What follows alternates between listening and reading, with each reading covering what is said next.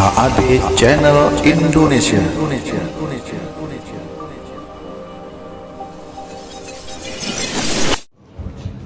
Innal hamdalillah nahmaduhu wa nasta'inuhu wa nastaghfiruh wa na'udzu billahi ta'ala min shururi anfusina wa min sayyiati a'malina.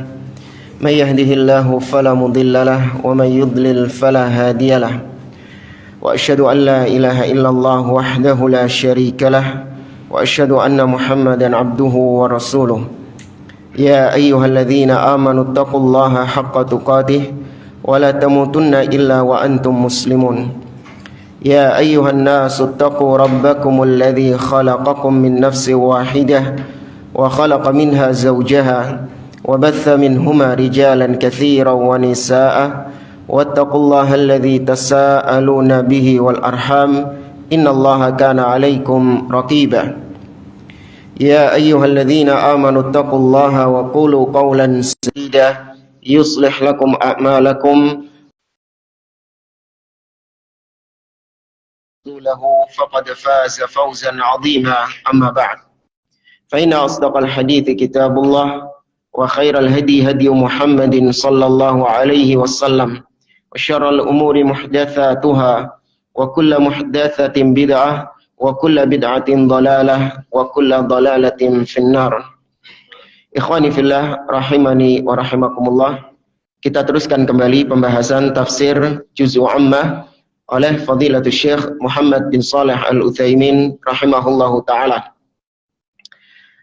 Setelah pada pertemuan sebelumnya kita membahas tafsir surah Al-Ghasyiyah, di pagi hari ini kita lanjut ayat atau surah berikutnya, yaitu surah Al-Fajr.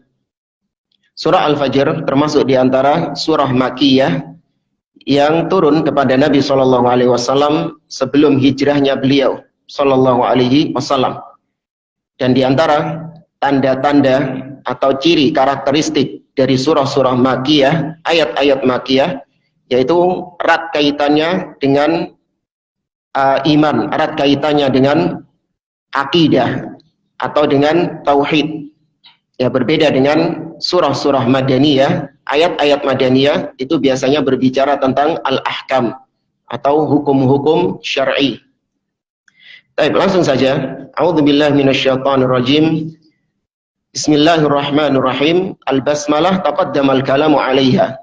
Berkaitan dengan tafsir basmalah sudah berlalu pada ayat-ayat sebelumnya atau surah-surah sebelumnya. Baik, Allah Subhanahu wa taala mengatakan di 4 ayat pertama dengan sumpah. Allah mengatakan wal fajri walayalin ashr wasyaf'i wal watri wal laili idza yasri. Allah bersumpah di 4 ayat yang pertama. Di ayat yang pertama Allah bersumpah dengan fajar. Kata beliau al-fajr huwa an-nurus sati' alladhi yakunu fil ufuqi syarqi qurba tulu'is syams. Yang dimaksud dengan al-fajr, fajar adalah cahaya yang terang yang berada di ufuk timur dekat dengan waktu terbitnya matahari. Itu definisi fajar, kata beliau, cahaya yang terang yang berada di ufuk timur, munculnya dekat dengan terbitnya matahari.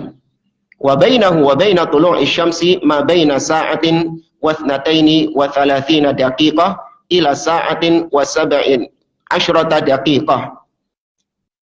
Antara fajar dengan tulu' itu kata beliau waktunya antara 1 jam 32 menit atau antara 1 jam 32 menit sampai 1 jam 17 menit. 1 jam 17 menit atau 1 jam 32 menit. Kata beliau wa yakhtalifu bi ikhtilafil fusul, tergantung dengan musimnya juga, kata beliau. Fa ahyanan tatulul hissah ma bainal fajri wa tulu'is syamsi wa ahyanan taqsur hasba al fusul. Terkadang jarak antara fajar dengan tulu' itu panjang, tapi juga terkadang jarak antara fajar dengan terbit tulu' itu pendek, tergantung dari masing-masing musim. Kalau di sini berapa menit? antara adzan subuh sampai tulu'. Tulu'nya 5.42. Subuhnya tadi 4.22. Ya, berarti berapa menit itu? 1 jam 20 menitan. Ya, itu benar kata beliau, antara 1 jam 17 menit sampai 1 jam 32 menit. Kemudian kata beliau, wal fajru fajron. Fajar, waktu atau ya fajar itu ada 2 fajar. Fajrun shadiq wa fajrun kadhib. Yang kita kenal dengan fajar shadiq dan fajar kadhib. Ya, fajar yang jujur dan fajar yang dusta. Ya, kenapa disebut demikian? Ada penjelasan dari beliau. Wal maksud bil fajri huna al fajrus shadiq. Tapi ayat yang sedang kita bicarakan ini, yang Allah jadikan sebagai sumpah wal fajri, itu adalah fajar shadiq. Yang dimaksud ayat ini adalah fajar shadiq, bukan fajar kadhib. Wal farqu bainal fajri shadiq wal kadhib min thalathati wujuh. Perbedaan antara fajar shadiq dengan fajar kadhib itu ada 3 sisi kata beliau.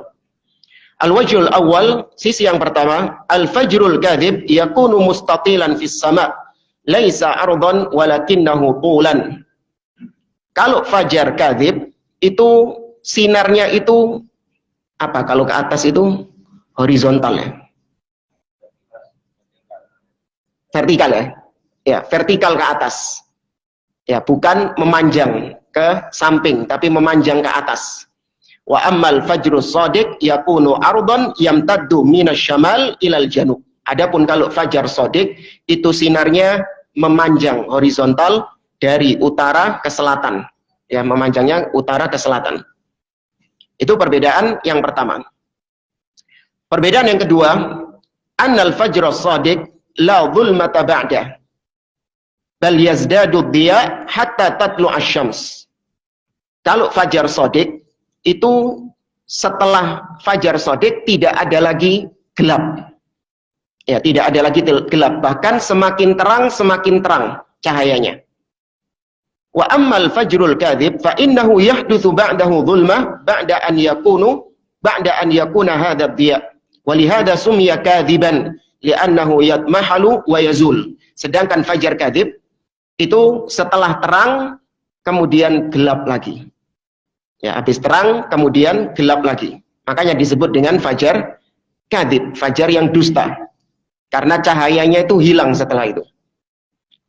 Kemudian yang ketiga, annal fajrus shadiq muttasilun bil ufuq wa ammal fajrul kadhib fa bainahu wa bainal ufuq dhulmah. Kalau fajar shadiq itu menempel antara dia dengan ufuk.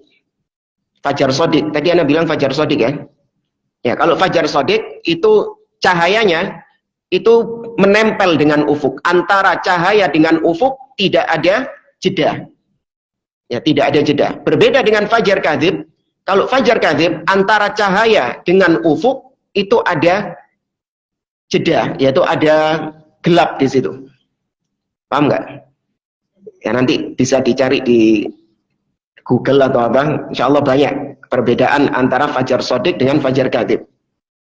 Dan kata beliau, hadhihi thalathatu furuq afaqiyah hissiyah ya'rifuha an-nasu idza kanu fil bar amma fil mudun fala ya'rifuna dzalik li'anna al-anwar tahjubu hadhihi al-alamat. Tanda-tanda yang tadi kita sebutkan itu hanya bisa diketahui oleh seseorang apabila dia berada misalnya di tepi pantai atau di suatu tempat yang memang tidak terhalang dengan bangunan dan tidak ada polusi cahaya. Ya, tidak ada polusi cahaya sehingga kelihatan sinarnya fajar itu.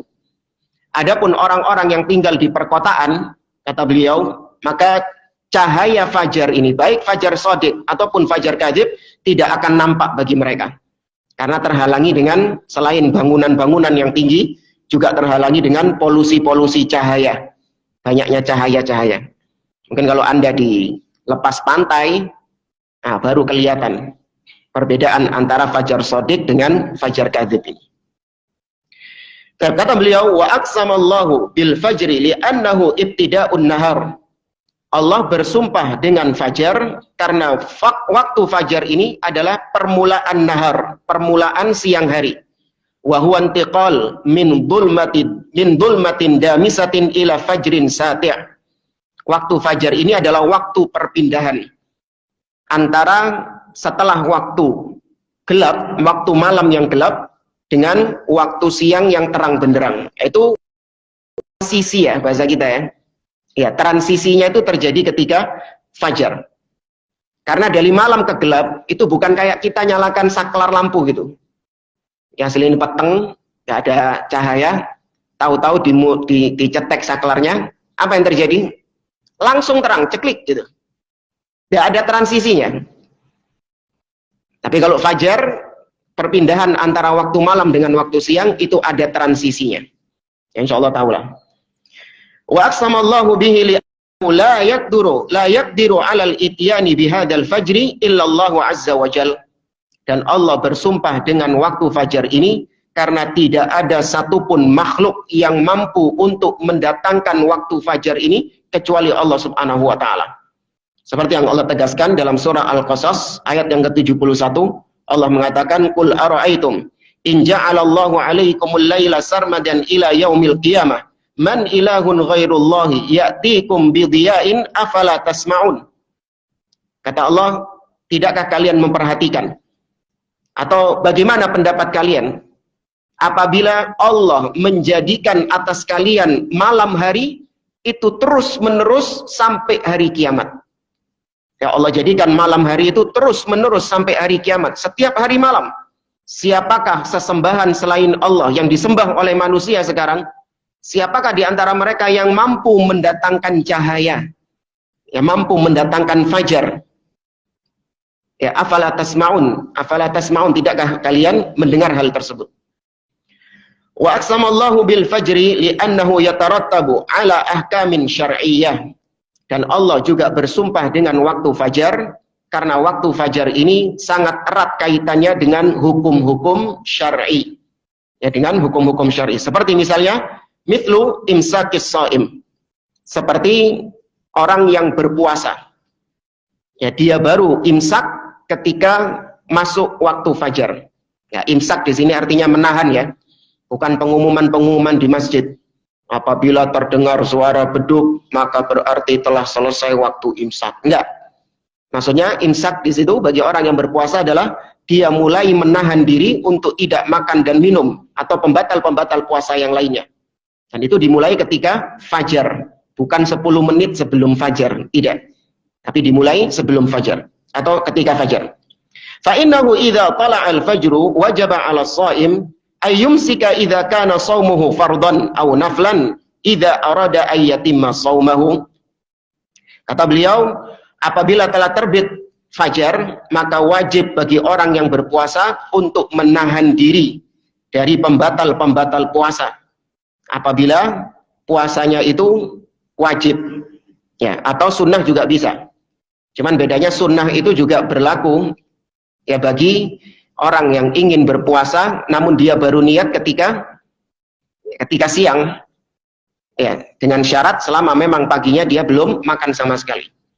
Dia ketika siang bangun tidur, dilihat ternyata tidak ada makanan, tidak ada minuman, kemudian dia baru niat puasa ketika itu, maka sah puasanya. Tapi kalau puasa wajib, maka harus dia niatkan itu sebelum fajar. Ketika masuk waktu fajar, dia sudah mulai untuk imsak, menahan diri.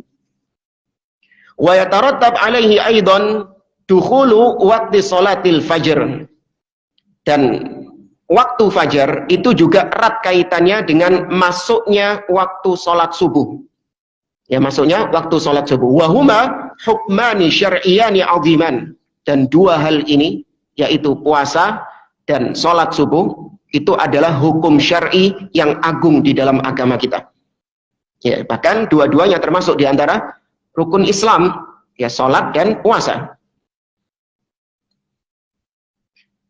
Ahammuhuma dukhulu waqti shalah. Namun kalau dibandingkan antara puasa dan salat, maka yang lebih urgen adalah waktu salat. Ya, waktu salat subuh. Ai annahu yajibu an nura'iya al-fajr min ajli dukhuli waqti shalah aktsara mimma nura'iyahu min ajlil imsaki fi halatis shaum. Maksudnya, kenapa kita katakan waktu sholat subuh, masuknya waktu sholat subuh lebih kita perhatikan daripada masuknya waktu puasa. Ya, kenapa demikian? Karena kata beliau, li'annana fil imsak anil muftirati fis siyam law faradna annana akhtana fa innana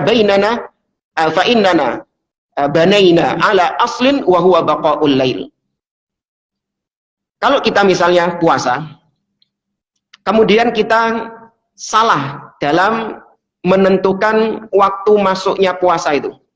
Seperti misalnya Anda ini nggak terdengar azan ini. Ya, nggak terdengar azan dan Anda juga nggak tahu waktu masuknya sholat subuh itu jam berapa, 4 sekian berapa, Anda nggak tahu. Anda bangunnya kesiangan, jam 4:15. Kemudian ketika itu Anda lihat di luar, ternyata masih gelap. Maka Anda menghukumi secara zahir, berarti masih malam atau sudah fajar? Masih malam. Ya, karena secara asal yang Anda lihat adalah sudah masih malam. Sehingga ketika itu Anda makan sahur. Nah, di tengah makan sahur itu sudah masuk fajar. Tanpa Anda ketahui, Anda lihat jendela, ya malam si peteng. Ya kan? Karena waktu fajar hanya terjadi di daerah-daerah mana tadi? Daerah-daerah pantai. Adapun kalau di tempat-tempat yang terhalangi itu nggak kelihatan. Yang kelihatan cuma malamnya saja. Akhirnya dia makan sahur itu. Sudah masuk waktu fajar, dia makan sahur. Maka sah nggak puasanya? Sah. Ya, karena yang dia lakukan itu dibangun di atas dasar masih malam, belum waktu sholat. Ya, seandainya salah, maka lebih ringan perkaranya. Cuman ya jangan jadikan kebiasaan. Hanya bangunnya jam segitu terus, enggak. Ini seandainya, kata beliau. Lakin fi shalah, law akhtana wa shallaina qabla al-fajri, lam nakun banaina ala aslin, li'anna al-asla baqa'ul lail wa adamu dukhuli waqti shalah. Tapi kalau ternyata salahnya itu ketika sholat, permasalahannya itu ketika sholat, yaitu Anda menduga ini sudah masuk waktu fajar, kemudian Anda melaksanakan sholat, maka berarti di situ sholat Anda tidak sah. Ya, sholat Anda tidak sah. Kenapa? Karena Anda membangun sholat itu dengan dasar masih malam. Paham nggak maksudnya? Ya, ketika Anda sholat subuh itu tadi, apa motivasi Anda melaksanakan sholat subuh? Kalau Anda katakan sudah masuk waktu fajar, maka lihat di luar masih gelap. Ya, sedangkan tidak ada perkara-perkara lain yang bisa menunjukkan waktu subuh sudah masuk. Ya, nggak ada jam, ya kemudian nggak terdengar azan, tidak ada. Maka Anda menghukumi secara asal sekarang masih malam. Maka kalau Anda sholat ketika itu, Anda membangun sholat Anda di atas perkara yang keliru, yaitu sholat ketika masih malam, sholat subuh ketika masih malam, belum masuk waktu fajar. Ya, ini kalau terjadi seperti itu. Cuman kalau di zaman sekarang, apalagi di Ampel ini, Masya Allah, saut-sautan adanya. Ya. Walihada law annal insan shallal fajra qabla dukhuli waqti shalah bidaqiqatin wahidatin fasolatuhu naflun wala tabarra biha dhimmatuhu wa man thamma nad'ukum ila mulahadha hadhil mas'alah. Maka kata beliau, apabila ada seorang yang melaksanakan sholat fajar, sholat subuh 1 menit saja sebelum masuk waktu fajar, maka sholatnya tadi dianggap sholat sunnah. Ya, dianggap sebagai sholat sunnah, tidak mendapatkan pahala sholat subuh. Oke, maka di sini beliau mengajak kita untuk senantiasa memperhatikan masalah ini, yaitu masalah dukhul waktu sholatil fajr. Lianna katsiran minal muadzinina yuadzinuna qabla al-fajri wa hadha ghalat. Karena kata beliau, banyak di antara tukang-tukang adzan, muadzin, mereka itu sudah mengumandangkan adzan sebelum masuk waktu fajar, dan ini keliru. Li'annal adzan qabla al-waqti laisa bimasyru'in. Liqaulin Nabi sallallahu alaihi wasallam, "Idza hadaratis salatu falyu'adzin lakum ahadukum." Karena adzan sebelum masuknya waktu salat, maka itu tidak disyariatkan. Berdasarkan sabda Nabi, kata Nabi sallallahu alaihi wasallam, apabila telah datang waktu sholat, maka hendaklah salah seorang di antara kalian mengumandangkan adzan. Nabi mengatakan apabila telah tiba waktu sholat. Wa yakunu hudurus shalah idza dakhala waqtuha, dan waktu sholat itu dihitung ketika sudah masuk waktunya. Falau adzanal insanu qabla dukhuli waqti shalah fa adzanuhu ghairu sahih yajibu alaihi al-i'adah. Apabila ada seorang muadzin yang dia mengumandangkan adzan sebelum masuknya waktu sholat, maka wajib baginya untuk mengulang adzannya kembali. Wal inayatu bidukhulil fajri muhimmatun jiddan min ajli mura'ati waqti shalah, dan memperhatikan masuknya waktu fajar ini sangat penting sekali untuk menjaga masuknya waktu sholat. Baik, jamaah, para ulama ketika membahas tentang ayat ini wal fajri, mereka berselisih pendapat tentang apakah yang dimaksud wal fajri, demi fajar ini, itu adalah sholat subuhnya atau waktu subuhnya. Ya, karena Allah kita perhatikan di dalam Al-Quran banyak bersumpah dengan waktu. Wadduha, demi duha. Wal-laili idza saja, ya demi waktu duha dan demi waktu malam. Ya, wan-nahari, dan demi waktu siang. Allah banyak bersumpah dengan waktu. Nah, apakah yang dimaksud wal fajri ini adalah waktu fajarnya atau yang dimaksud adalah sholatnya? Nah, ini kalau tadi kita lihat Syekh Muhammad bin Shalih Al-Utsaimin mengarahkan kepada makna waktu fajarnya. Ya, adapun ada sebagian ulama yang lain mengartikan bahwa wal fajri yang dimaksud adalah sholat fajarnya, sholat subuhnya. Karena memang sholat subuh itu memiliki banyak keutamaan-keutamaan. Di antara yang disebutkan oleh para ulama keutamaan sholat subuh atau sholat fajar ada sekitar 10 keutamaan. Ya, meskipun lebih, 10 keutamaan sholat fajar. Yang pertama, orang yang melaksanakan sholat subuh, maka dia mendapatkan penjagaan dari Allah Subhanahu wa Ta'ala. Sebagaimana hadis yang diriwayatkan oleh Imam Muslim dari Jundub bin Abdillah, Nabi SAW mengatakan, "Man shallas subha fahuwa fi dhimmatillah." Barang siapa yang melaksanakan sholat subuh, maka dia dalam penjagaan Allah Subhanahu wa Ta'ala. Ya. Kemudian di antara keutamaan yang kedua, sholat subuh itu bisa menjadi amalan yang menyelamatkan dia dari neraka Allah Subhanahu wa Ta'ala. Berdasarkan sabda Nabi SAW yang diriwayatkan oleh Imam Muslim dari Ammarah ibn Ruwaibah, Nabi SAW mengatakan, la yalijan nar ahadun shalla qabla tulu'i syamsi wa qabla ghurubiha. Tidak akan masuk neraka seseorang yang melaksanakan sholat sebelum terbitnya fajar, sholat sebelum terbitnya matahari, bukan terbitnya fajar. Maksudnya sholat apa di sini? Subuh. Ya, sholat sebelum terbitnya matahari, bukan terbitnya fajar. Sholat sebelum terbitnya matahari, qabla tulu'i syams. Dan sholat sebelum terbenamnya matahari. Sholat apa? Sholat asar. Ya, maka dia akan terhindar dari neraka Allah Subhanahu wa Ta'ala. Kemudian yang ketiga, di antara keutamaan sholat subuh, yaitu dia akan mendapatkan surga Allah Subhanahu wa Ta'ala. Nabi SAW mengatakan, "Man shallal bardain dakhalal jannah." Barang siapa yang melaksanakan 2 sholat di waktu yang dingin, maka dia masuk surga. Ya, al-bardain, 2 sholat di waktu dingin adalah sholat subuh dan sholat asar. Kalau sholat subuh disebut sholat di waktu dingin, ya mungkin masuk akal ya. Kalau sholat asar kenapa disebut sholat di waktu dingin? Padahal kalau dipikir-pikir, ya sih panas ada. Kenapa? Iya, karena ketika sholat asar itu, panasnya itu mulai menurun. Ya kan? Sebelumnya ketika zuhur, itu Masya Allah panasnya. Tapi ketika sudah masuk asar, sedikit demi sedikit mulai menurun panasnya. Nah, itu sudah dikatakan sholat di waktu dingin. Ya. Dan kemudian yang keempat, keutamaan sholat subuh adalah dipersaksikan oleh para malaikat.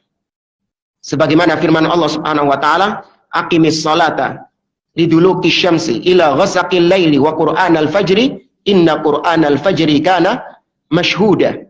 Ya, itu ayat yang potongan yang terakhir itu. Inna qur'anal fajri kana mashhuda. Sesungguhnya salat fajar itu dipersaksikan oleh para malaikat.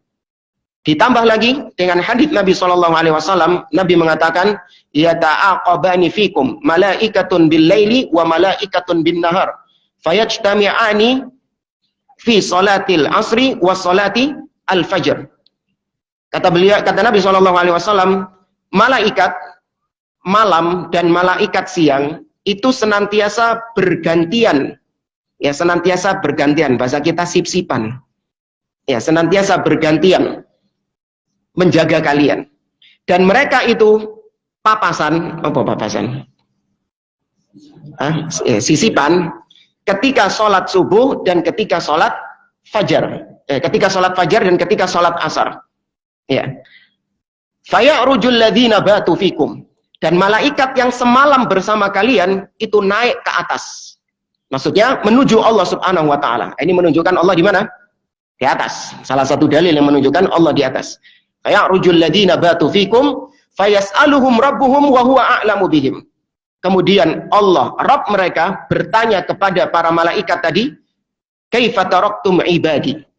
Bagaimana kondisi hambaku tatkala kalian tinggalkan mereka? Faqalu, maka mereka mengatakan taraknahum wa hum yusallun wa atainahum wa hum yusallun. Kami tinggalkan mereka dalam keadaan mereka salat dan kami datangi mereka dalam keadaan mereka juga salat. Ini yang dilaporkan yang salat. Iya. Kalau yang nggak sholat, ya tetap dilaporkannya nggak sholat. Ini bukan jawaban malaikat yang setiap ditanya sama Allah terus jawabannya seperti ini, enggak. Kalau nggak sholat, ya nggak sholat dilaporkannya. Ya. Tapi ini menunjukkan bahwa sholat subuh dan sholat asar itu dipersaksikan oleh malaikat. Kemudian yang kelima, di antara keutamaan sholat fajar adalah dia akan mendapatkan an-nurut tam yaumal qiyamah. Akan mendapatkan cahaya yang sempurna pada hari kiamat. Ya, berdasarkan sabda Nabi dalam riwayat Ibnu Majah, Nabi SAW mengatakan basyiril masya'in fid dhulam ilal masajid bin nurit tami yaumal qiyamah. Beritakan kabar gembira bagi orang-orang yang berjalan di tengah kegelapan menuju masjid-masjid, bahwasanya mereka akan mendapatkan cahaya yang sempurna pada hari kiamat. Ya. Karena dulu para sahabat ketika jalan dari rumah menuju ke masjid melaksanakan sholat subuh itu dalam keadaan gelap gulita. Ya, tapi kalau sekarang, masya Allah, sudah dapat nurut tam, sudah dapat cahaya yang sempurna orang-orang sekarang, terang jalannya. Ya, enggak, tapi yang dimaksud itu di hari kiamat kelak. Kemudian yang ketujuh, di antara keutamaan sholat subuh, yaitu al-amnu minan nifaq. Yaitu mendapatkan jaminan bebas dari sifat kemunafikan. Ya, mendapatkan jaminan bebas dari sifat kemunafikan. Ini sebagaimana riwayat Imam Bukhari dan Muslim dari Abu Hurairah radhiyallahu taala anhu, Nabi SAW mengatakan, inna athqalas salati au athqalas salatin 'alal munafiqin salatu al-isya wa salatu al-fajr. Sesungguhnya salat yang paling berat bagi orang-orang munafik adalah salat isya dan salat subuh. Ya. Lau ya'lamuna ma fihima la atauhuma walau habwa. Seandainya orang-orang munafik itu tahu bagaimana keutamaan salat isya dan salat subuh berjamaah, mereka akan mendatanginya meskipun merangkak. Ya.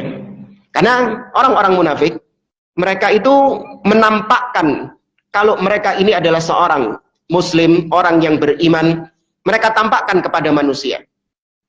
Tapi kalau misalnya manusia itu, orang-orang itu tidak bisa melihat mereka, maka mereka juga menganggap sia-sia menampakkan amal soleh. Seperti apa? Sholat isya dan sholat subuh. Karena dua sholat ini waktunya gelap, sehingga nggak kelihatan.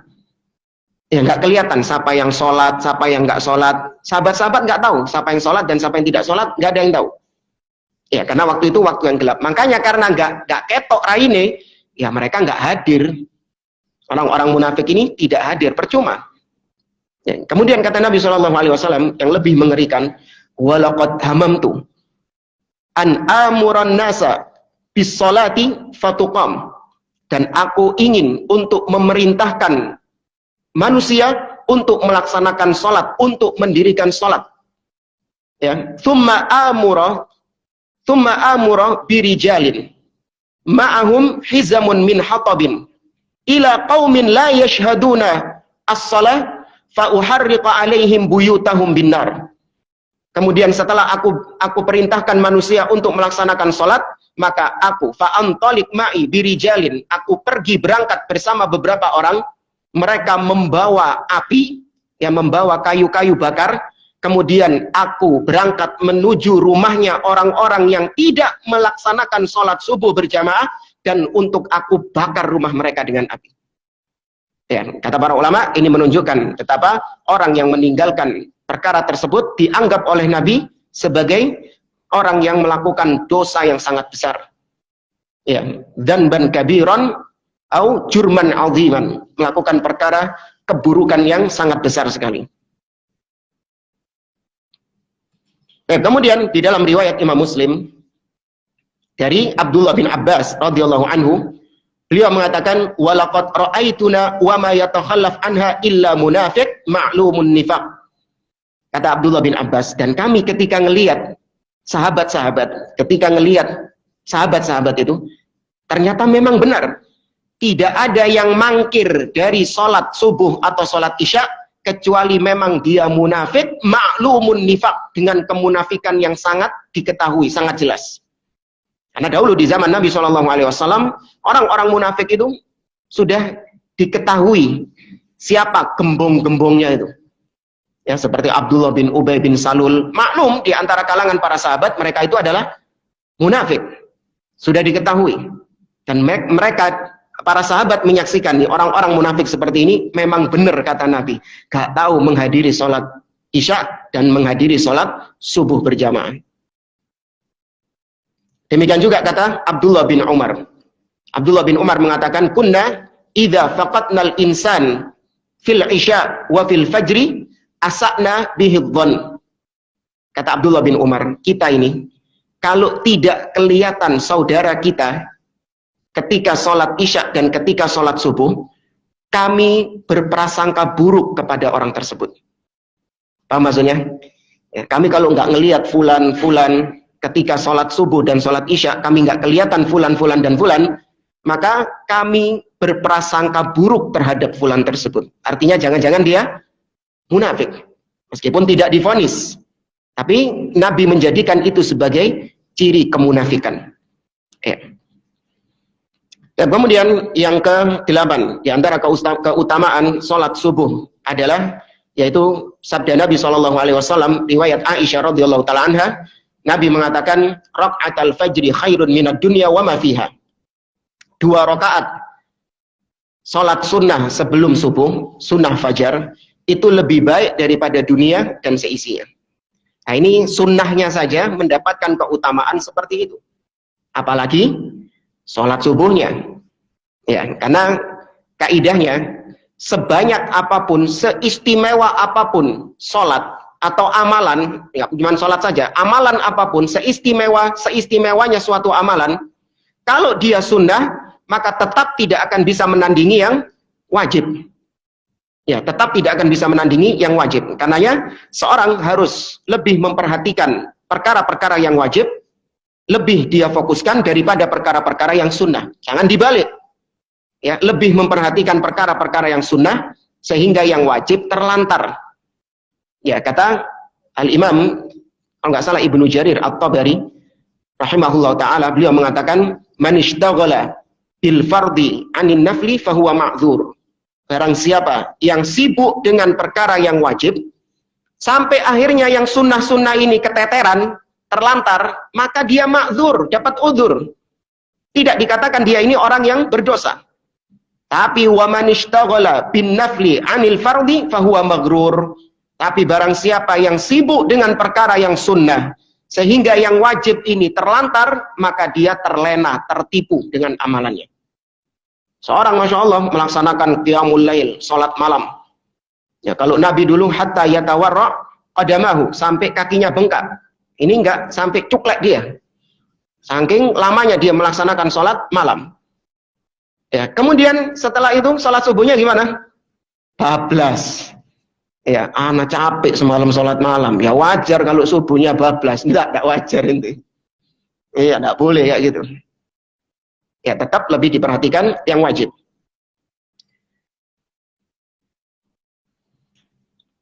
Kemudian yang kesembilan, di antara keistimewaan melaksanakan sholat fajar atau sholat subuh, yaitu akan mendapatkan keistimewaan melihat Allah Subhanahu wa Ta'ala di hari kiamat kelak. Ya, salah satu amalan yang bisa kita kerjakan untuk mendapatkan keistimewaan ru'yatullah, melihat Allah Azza wa Jalla di hari kiamat. Dan ini merupakan akidah ahli sunnah yang ditetapkan dari zaman ke zaman, bahwa Allah Subhanahu wa Ta'ala dilihat pada hari kiamat kelak. Ayanan, dengan mata kepala. Ya, dengan mata kepala. Sebagaimana firman Allah Subhanahu wa Ta'ala, lilladzina ahsanul husna wa ziyadah. Bagi orang-orang yang berbuat kebaikan, dia akan mendapatkan kebaikan, yaitu surga. Wa ziyadah, dan mendapatkan bonus. Kata Nabi tafsirkan sendiri, maksudnya adalah melihat Allah Subhanahu wa Ta'ala. Ya, bonus di situ melihat Allah Subhanahu wa Ta'ala. Demikian juga Allah mengatakan dalam surah Al-Mutaffifin, kalla innahum ar-rabbihim yawma idzin lamahjubun. Sesungguhnya orang-orang kafir itu terhijabi, tertutupi dari melihat Rabb mereka. Berarti mafhum mukhalafah, kebalikan dari ayat ini. Kalau orang kafir tertutupi, tidak bisa melihat Allah, maka berarti orang-orang beriman melihat Allah. Karena kalau sama-sama nggak bisa melihat Allah, apa faedahnya ayat tadi? Apa manfaatnya ayat tadi kalau gitu? Nah, ada manfaatnya. Ya. Nah, di antara dalil yang dijadikan landasan oleh para ulama bahwa Allah dilihat pada hari kiamat adalah yang disampaikan oleh Nabi SAW dalam riwayat Imam Bukhari dari sahabat Jarir bin Abdullah radhiyallahu taala anhu. Beliau mengatakan, kunna inda Nabi SAW fanadhara ilal qamar lailatal badr. Kata Jarir bin Abdullah, kami pernah bersama Rasul SAW di suatu malam, tatkala itu sedang bulan purnama. Ya, sedang malam bulan purnama. Kemudian Nabi mengatakan, innakum satarawna rabbakum kama tarawnal qamara lailatal badr. Sesungguhnya kalian kelak akan melihat Rabb kalian sebagaimana kalian melihat bulan di kala purnama. Yang disamakan sama Nabi bukan Allah disamakan sama bulan. Ya, bukan Allah disamakan dengan bulan, tapi yang sedang disamakan sama Nabi adalah cara melihat Allah itu sebagaimana kita melihat bulan. Ditegaskan lagi dalam hadis lanjutannya, la tudamuna fi ru'yatihi. Ada 3 bacaan, 3 redaksi riwayat. La tudamuna fi ru'yatihi. Maksudnya kalian tidak akan terhalangi, atau afwan, kalian tidak akan berdesak-desakan ketika melihat Allah. Sebagaimana kalian ketika melihat bulan nggak berdesak-desakan. Ya, ada nggak pertunjukan bulan purnama, bayar tiket gitu. Bayar tiket, yang nggak dapat tiket, nggak beli tiket, nggak bisa lihat bulan purnama. Bisa gitu? Nggak bisa. Semua orang bisa melihat tanpa ada berdesak-desakan. Kemudian redaksi berikutnya Nabi mengatakan la tudammuna. Ya, mimnya ditasydid. Yaitu kalian tidak akan terhijabi, terhalangi dari melihat Allah Subhanahu wa Ta'ala. Artinya langsung melihat Allah. Dan yang ketiga, la tudarruna fi ru'yatihi. Ya, kalian tidak akan celaka, tidak akan mencelakai kalian. Artinya tidak akan ada kecelakaan dalam artian, wah, kalau ngelihat Allah nanti kan cahayanya Allah ini terang. Ya, cahayanya Allah ini terang. Kata Nabi SAW, lau kasyafahu la ahraqa subuhatu wajhi man taha ilaihi basaruhu. Apabila hijabnya Allah itu dibuka, maka cahayanya Allah itu akan membakar sepanjang matanya Allah memandang. Ya, akan membakar siapa saja sepanjang mata Allah memandang. Maka ditegaskan sama Nabi, la tudarrun. Kalian tidak akan memudaratkan kalian, tidak akan membahayakan kalian ketika itu tatkala melihat Allah Subhanahu wa Ta'ala. Ya, kemudian Nabi mengatakan, dan ini poinnya, Kata Nabi SAW, fa in istata'tum alla tughlabu ala salatin qabla tulu'i syamsi wa qabla ghurubiha faf'alu.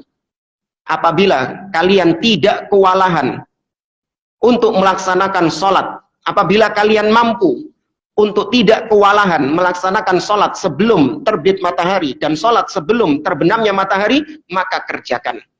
Maksudnya salat subuh dan salat asar. Ya, maksudnya kewalahan di sini bukan berarti pilihan, boleh sholat, boleh enggak, tidak. Tapi bagi yang memang ada udzur, tidak mampu, maka iya, dibolehkan dia mungkin untuk menjamak sholatnya, ya, atau mungkin dia dalam ya kondisi sakit misalnya, ketika ada udzur. Tapi kata Nabi, fa in istata'tum, kalau memang kalian mampu, alla tughlabu, ya, untuk tidak kewalahan, laksanakan sholat tersebut.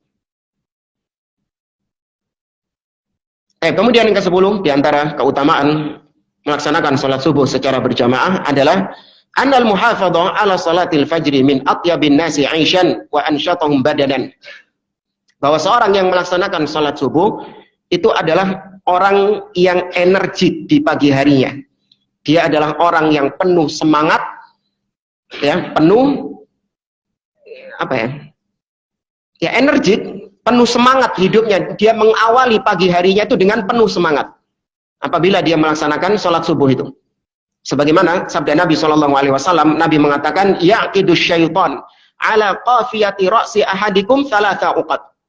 Sesungguhnya syaitan itu memberikan ikatan kepada kepala, masing-masing kepala, ubun-ubun di antara salah seorang di antara kalian dengan 3 kali ikatan. Ya, dengan 3 kali ikatan. Yadribu kulla uqdatin urqud alaika lailun tawilun farqud. Di setiap ikatan itu syaitan mengatakan kepada orang tersebut, alaika lailun tawil, bagimu malam yang panjang. Sedowo sean, masih panjang waktu malammu. Farqud, turu maneh, tidurlah. Ya, ini staiqadha wa dzakarallaha in hallat uqdah. Kalau dia bangun dan dia langsung berzikir kepada Allah, misalnya dia membaca doa ketika bangun tidur, apa doanya? A'udzubillahi minal khubuthi wal khaba'ith. Alhamdulillahilladzi ahyana ba'dama amatana wa ilaihin nusyur. Maka ketika dia bangun membaca zikir ini, lepas 1 ikatan. Ya, wa in istaiq wa in tawaddaa in hallat uqdatun. Kalau dia beranjak untuk kemudian berwudu, maka lepas ikatan yang kedua. Wa in shalla in hallat uqdatun kulluha. Dan ketika dia melaksanakan sholat, maka lepas 3 ikatan semuanya. Fa asbaha nasyitan thayyiban nafs. Maka ketika itu dia di pagi hari menjadi orang yang semangat dengan jiwanya yang baik, dengan jiwa yang baik, penuh semangat. Wa illa asbaha khabithan nafsi kaslan. Tapi kalau dia tidak melaksanakan 3 yang tadi kita sebutkan, masih ada ikatan-ikatan syaitan tadi, maka dia di pagi harinya menjadi orang yang malas, loyo, gak ada semangat, bahkan jiwanya itu buruk. Ya, ngamuan, apalagi. Ya, itu salah satunya itu. Malas, ngantuan, dan seterusnya. Hah? Nah, itu diantara keutamaan melaksanakan sholat subuh secara berjamaah. Kemudian ada tambahan di sini, kata penulis, diriwayatkan dari Imam Bukhari dan Muslim dari Abdullah bin Mas'ud, dzukira lin Nabi sallallahu alaihi wasallam rajulun nama lailahu hatta asbaha. Suatu ketika Nabi sallallahu alaihi wasallam diceritakan tentang seorang sahabat yang dia tidur di malam hari sampai pagi hari. Dalam artian kelewatan waktu subuhnya. Maka kata Nabi SAW, "Dzaka rajulun bala syaitan fi udhunaihi." Itulah seorang yang syaitan mengencingi telinganya. Ya, itulah seorang yang telinganya dikencingi oleh syaitan. Kemudian juga ancaman dari Nabi SAW. Di dalam riwayat Imam Bukhari, Nabi pernah bermimpi, ya, Nabi pernah melihat di dalam mimpinya, anna Nabiya sallallahu alaihi wasallam ra'a rajulan yatlahu ra'sahu bil hajar fasa'ala anhu faqila lahu innahu ar-rajul alladhi ya'khudul Qur'an fayarfuduhu wa yanamu 'anis salatil maktubah. Nabi melihat di dalam mimpinya ada seorang yang membentur-benturkan kepalanya dengan batu. Kemudian ketika ditanya siapa orang tersebut, dia adalah seorang yang didatangkan Al-Quran, namun Al-Quran itu ditampik sama dia. Ya, Al-Quran itu ditolak sama dia. Dan orang tersebut meninggalkan sholat-sholat yang wajib. Ya, tidak melaksanakan atau tertidur. Ya, tertidur, tidak melaksanakan sholat yang wajib. Wasu'ilatil lajnatul da'imah an syakhsin la yusallil fajra illa ba'da tulu'i syams fama hukmu salatihi wa hal yu'athir 'ala siyam. Para ulama dari Al-Lajnah Ad-Da'imah, majelis ulamanya Saudi, itu pernah dimintai fatwa, ditanya tentang bagaimana hukum seseorang yang dia melaksanakan sholat fajar setelah terbitnya matahari. Ya, bagaimana hukum sholatnya dan apakah puasanya itu masih, apakah sholat itu mempengaruhi puasa? Ya, dalam artian ketika seorang meninggalkan sholat, apakah berpengaruh pada keabsahan puasanya? Itu. Maka dijawab oleh para ulama dari Al-Lajnah Da'imah, tarkuhu li sholatis subah min ghairi naumin wala nisyanin bal takasulan anha hatta tatlu asyams kufrun akbar ala sahih min aqwalil ulama. Kata beliau, orang tersebut meninggalkan sholat subuh bukan karena ketiduran, bukan pula karena kelupaan, tapi memang karena malas, sehingga dia akhirkan waktu itu sampai terbitnya matahari, maka bukan tidak sah lagi sholatnya, tapi itu kufrun akbar, kekufuran yang besar menurut pendapat ulama yang lebih sahih. Karena memang ada khilaf dalam masalah ini tentang orang yang meninggalkan sholat wajib, apakah dia murtad keluar dari Islam ataukah tidak. Ya, sebagian ulama, terutama dari kalangan Hanabilah, Imam Ahmad bin Hanbal, bahkan dalam Ushulus Sunnah dijadikan sebagai salah satu poin. Ya, dalam Ushulus Sunnah dijadikan sebagai salah satu poin bahwa tarikus sholah kafir. Orang yang meninggalkan sholat wajib itu kafir. Ya, karena Nabi jelas mengatakan al-ahdu bainana wa bainahum as-shalah, faman tarakaha faqad kafar. Perjanjian antara kami dengan mereka adalah sholat. Barang siapa yang meninggalkannya maka dia telah kafir. Ya. Adapun ulama-ulama yang lain berpendapat tidak kafir selama sepanjang dia tidak menghalalkan perbuatan tersebut, yaitu tidak menganggap sholat nggak wajib lagi. Apabila dia menganggap sholat itu sudah tidak wajib lagi, maka kafir orang tersebut. Ya, ala kulli hal, intinya kita keluar dari perselisihan para ulama. Ya, kita keluar dari perselisihan para ulama, yaitu minimal kita memiliki perasaan status kalau kita tidak melaksanakan sholat, status kita, keislaman kita diperselisihkan.